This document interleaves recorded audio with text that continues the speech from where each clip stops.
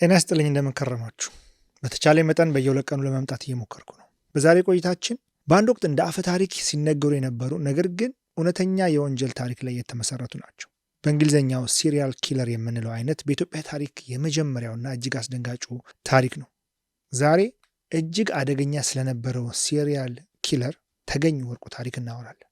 በቀጥታ ወደ ታሪኩ እንግባ።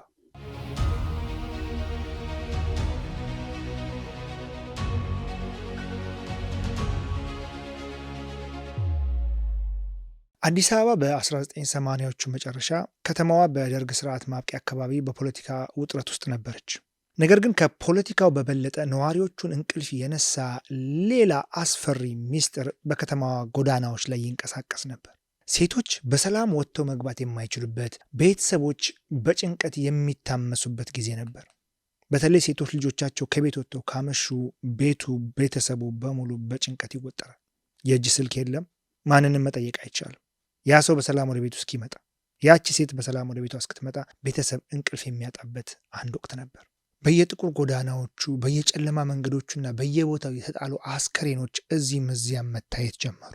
ገዳዩ ሰለባዎቹን የሚመርጥበትና ግድያውን የሚፈጽምበት መንገድ ግን እስከ ዛሬ ድረስ የሚዘገንን ነበር። ግድያዎቹ እንዲሁ ተራ የሚባሉ አይነት ግድያዎች አልነበሩ። አስከሬኖቹ በጭካኔ የታረዱ፣ የሰውነት ክፍሎቻቸው የተቆራረጡና እጅግ በሚዘገንን ሁኔታ የተጣሉ ነበሩ። ፖሊስ መጀመሪያ ላይ ሁኔታውን ሲመለከት የፖለቲካ ጸብ የፈጠረው ወይም ደግሞ ተራ የዘረፋ ወንጀል መስሎት ነበር። ነገር ግን በየጊዜው የሚገኙት አስከሬኖች፣ እላያቸው ላይ የሚገኘው አሻራ፣ የአሟሟታቸው ሁኔታ፣ የጭካኔው ጥግ መመሳሰል ፖሊስ ማስተዋል ሲጀምር አንድ አደገኛ ተከታታይ ገዳይ ወይም ሲሪያል ኪለር የምንለው በከተማ ውስጥ መኖሩን አመነ። ህዝቡ ይህንን የሚያደርገው ገዳይ ማን ነው በሚል በጣም በጭንቀት ተወጠረ። ተገኝ ወርቁ ማን ነበር?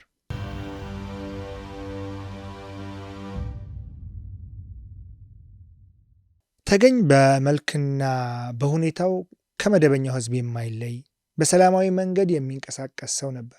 እርሱ ልክ እንደ ኤድጊን ወይም ደግሞ ቴድ ባንዲ በሁለት ዓለም ውስጥ የሚኖር ሰው ነበር።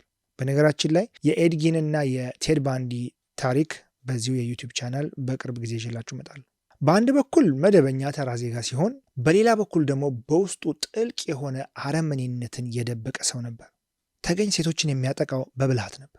ራሱን እንደ ደግ ሰው፣ አንዳንዴም እርዳታ እንደሚፈልግ መንገደኛ አድርጎ በመቅረብ ሴቶችን ወደ ጨለማ ስፍራ ከወሰዳቸው በኋላ ነበር ጥቃቱን የሚፈጽምባቸው።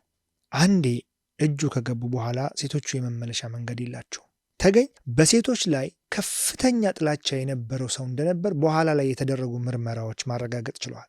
በነገራችን ላይ እነዚህን ቪዲዮዎች ከወደዳችኋቸው ለወዳጅ ለጓደኞቻችሁ፣ ለዘመዶቻችሁ ማጋራትን አትርሱ።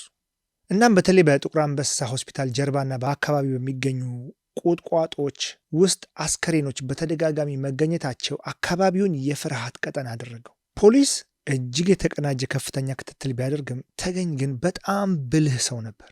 ሌሊት በሚንቀሳቀስበት ሰዓት፣ ፖሊሶች የሚንቀሳቀሱበትን ሰዓት፣ ወንጀል ለመከታተል የሚወጡበትን ሰዓትና ሁኔታ ጠንቅቆ ያውቅ ነበር። የት አካባቢ እንደሚያበዙም በደንብ አድርጎ ያውቃል። የትኛው አካባቢ በየትኛው ሰዓት እንደሚገኙ፣ የትኛው አካባቢ ላይ ደግሞ ምንም አይነት ፖሊስ እንደማይገኝ ጥንቅቅ አድርጎ የሚያውቅ ሰው ነበር። እናም አዲስ አበባ በወሬ ተሞላች። አንዳንዱ ገዳዩ በሌሊት የሚበር ሰው ነው ይላል። አንዳንዱ ኧረ ይሄ ሰይጣን ነው። ተገኝ ከሰውነት ወደ አፈ ታሪክነት መቀየር ጀመረ። ፖሊስ በህዝቡ ግፊት ከፍተኛ ውጥረት ውስጥ ወደቀ። ገዳዩን ለመያዝ ወጥመድ መዘርጋት የግድ አለው የአዲስ አበባ ፖሊስ። እና ተገኝ እንዴት ተያዘ?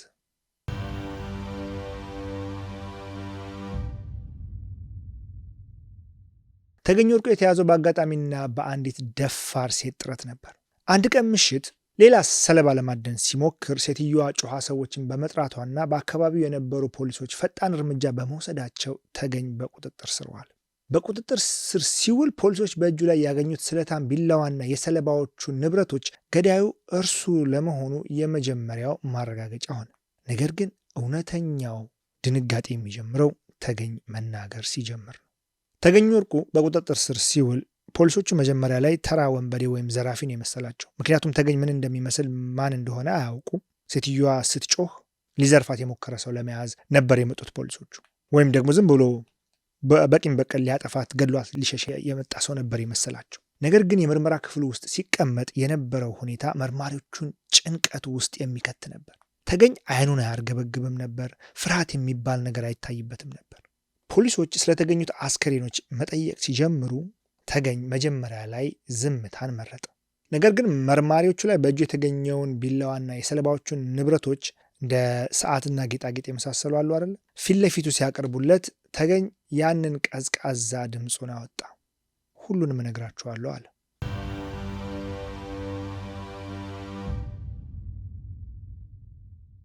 ተገኝ ግድያዎቹን የሚፈጽምባቸው መንገዶች እጅግ ዘግናኝ ነበሩ። ሴቶችን ካገተ በኋላ ወደ ጨለማ ስፍራዎች፣ በተለይም ደግሞ ጥቁር አንበሳ ሆስፒታል ጀርባ የካ ክፍለ ከተማና በአሮጌ መቃብር ስፍራዎች አካባቢ ይወስዳቸው ነበር። ለፖሊስ በሰጠው ኑዛዜ መሰረት ሴቶቹን ከገደለ በኋላ የሰውነት ክፍሎቻቸውን በቢላዋ ይቆራርጥ ነበር። ተገኝ ለምን እንደዚህ እንደሚያደርግ ሲጠይቅ የሰጠው መልስ መርማሪዎቹን ያስደነገጠ ነበር። እርሱ ግድያውን የሚፈጽመው ለገንዘብ ብቻ አልነበረም። ይልቁንም በሰዎች ስቃይ ውስጥ የሚገኝ ልዩ እርካታ ነበረው። ይህ በባህሪው በኢትዮጵያ የወንጀል ታሪክ ውስጥ የመጀመሪያው በግልጽ የታወቀ ሳዲስት ገዳይ ያደርገዋል። ትልቁ ጥያቄ ተገኝ ስንት ሴቶችን ገደለ የሚለው ነበር። በወቅቱ ፖሊስ ባደረገው ምርመራ ተገኝ ከ9 በላይ ሴቶችን በጭካኔ መግደሉን አምኗል። ነገር ግን በከተማዋ የጠፉ ሴቶች ቁጥርና በየቦታው የተገኙ አስከሬኖች ብዛት ከዚህ በላይ ሊሆን እንደሚችል ይገመታል። ተገኝ እያንዳንዱን ግድያ የፈጸመበትን ቦታ ለፖሊስ እየመራ አሳያቸው። በየጫካ ውስጥ የተቀበሩ የሰለባዎቹን ልብሶችና ንብረቶችንም አወጣ። አዲስ አበባ እንዲህ ያለ አረመኔነት ተከባ እንደነበረች ማመን ለብዙዎች ከባድ ነበር በወቅቱ። አሁን ካለው ጊዜ ጋር እያነጻጸርኩት በፍጹም አይደለም። ተገኝ ሴቶችን የምጠላው በልጅነቴ በደረሰብኝ በደል ነው የሚል ሰበብ ቢሰጥም የድርጊቱ ጭካኔ ግን በምንም አይነት ምክንያት ሊጸድቅ የሚችል አልነበረም። እናም የተገኘ ወርቁ ዜና በጋዜጦችና በሬዲዮ መውጣት ሲጀምር አዲስ አበባ በመረረ ቁጣ ውስጥ ገብታ ነበር። ሰዎች ወደ ፖሊስ ጣቢያ በመሄድ ገዳዩን ይሰጠን፣ በእጃችን እንቅጣው እያሉ መጮህ ጀመሩ። በተለይ የሰለባዎቹ ቤተሰቦች ያሳዩት ሐዘንና ቁጣ ከተማዋን አናወጣት። ተገኝ ግን በእስር ቤት ውስጥ ሆኖ የሚሰጠው አስተያየት የበለጠ የሚያበሳጭ ነበር። ለሰራው ስራ ምንም አይነት ጸጸት እንደሌለው ደግሞ ደጋግሞ ይናገር ነበር። ፖሊሶች ተገኘን ከአንዴም ሁለቴ በህዝብ ቁጣ ለማዳን ሲሉ በከፍተኛ ጥበቃ ከአንድ ቦታ ወደ ሌላ ቦታ ማዘዋወር ነበረባቸው። በመጨረሻ ምርመራው ተጠናቆ ተገኝ ወርቁ ወደ ፍርድ ቤት የሚቀርብበት ቀን ተቆረጠ። የደርግ ስርዓት ማብቂያ አካባቢ ቢሆንም የፍርድ ሂደቱ ግን በከፍተኛ ጥንቃቄ ነበር የተያዘው። ዓለም አቀፍ ሚዲያዎች ሳይቀሩ የአዲስ አበባው ጭራቅ ብለው ሰየሙት።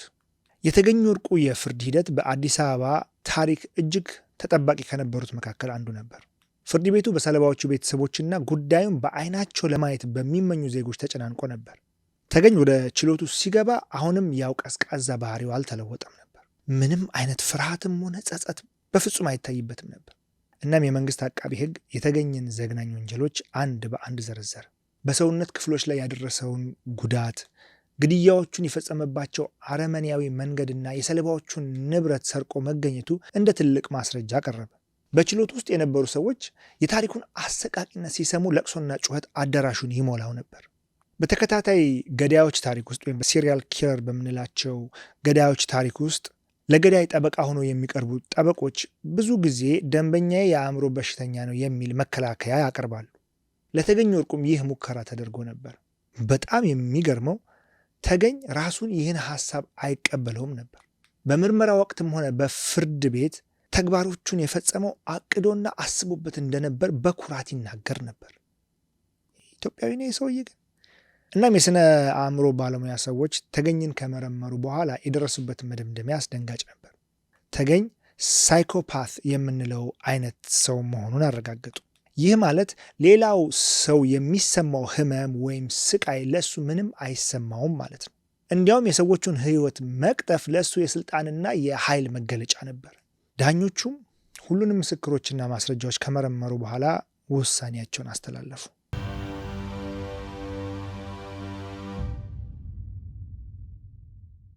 ተገኘ ወርቁ በፈጸማቸው ተደጋጋሚና ዘግናኝ የነፍስ ግድያ ወንጀሎች በሞት እንዲቀጣ ተፈረደበት። ይህ ውሳኔ ሲሰማ በአዳራሹ የነበሩ ሰዎች በደስታ እልልታና በጭብጨባ አቀለጡት። ለአዲስ አበባ ከተማ ነዋሪዎች ይህ ትልቅ እፎይታ ነበር። ተገኝ ውሳኔውን ሲሰማ አሁንም ምንም አይነት ስሜት አይታይበትም ነበር። እርግጠኛ ነኝ ይህ ሰውዬ ኢትዮጵያዊ ነው። አይመስለኝም። ፊቱ ላይ የሚታየው ያው ጥልቁ ዝምታ ብቻ ነበር። የሞት ፍርዱ በወቅቱ በነበረው የሀገሪቱ መሪ እንዲጸድቅ ተደረገ። በኢትዮጵያ የወንጀል ታሪክ ውስጥ እንዲህ ያለ ፈጣንና ሕዝብን ያረካ የፍትህ ሂደት ብዙም አይታይም ነበር፣ አሁንም በበፊቱ። እናም ተገኝ ወርቁ በሞት ቅጣት ሕይወቱ አለፈ። የእርሱ ሞት በከተማዋ ላይ የነበረውን ፍርሃት ለጊዜውም ቢሆን አስወገደው። ነገር ግን እርሱ ጥሏቸው የሄዳቸው ጠባሳዎች በቀላሉ የሚጠፉ አልነበሩ። በግድያው ምክንያት ወላጆቻቸውን ያጡ ልጆች፣ እህቶቻቸውን የተቀሙ ወንድሞችና በከተማዋ የጸጥታ መዋቅር ላይ የደረሰው ድንጋጤ ለዓመታት ቆይቷል። ተገኝ ወርቁ በኢትዮጵያ ታሪክ ውስጥ የመጀመሪያው በይፋ የታወቀ ሲሪያል ገዳይ ተብሎ ይጠራል። የእርሱ ታሪክ ዛሬም ድረስ በአዲስ አበባ ጎዳናዎች ላይ የሚነገር፣ ለልጆችም እንደ ማስጠንቀቂያ የሚጠቀስ አስፈሪ ትውስታ ነው። የሰው ልጅ አእምሮ ወደ ጨለማ ሲያመራ ምን ያክል አደገኛ ሊሆን እንደሚችል የተገኙ ወርቁ ታሪክ ትልቅ ምስክር ነው። የሆነ ሆኖ ፍትህ ዘግይታም ቢሆን መታለች ተገኝ ወርቁ ላይ። እናም በወቅቱ የአዲስ አበባ ጨለማ ለጊዜውም ቢሆን በብርሃን ተመልሷል።